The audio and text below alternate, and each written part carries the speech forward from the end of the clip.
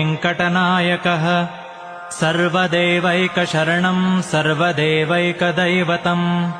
समस्तदेवकवचम् सर्वदेवशिखामणिः इतीदम् कीर्तितम् यस्य विष्णोरमिततेजसः त्रिकाले यः पठेन्नित्यम् पापम् तस्य न विद्यते राजद्वारे पठेद्घोरे सङ्ग्रामे रिपुसङ्कटे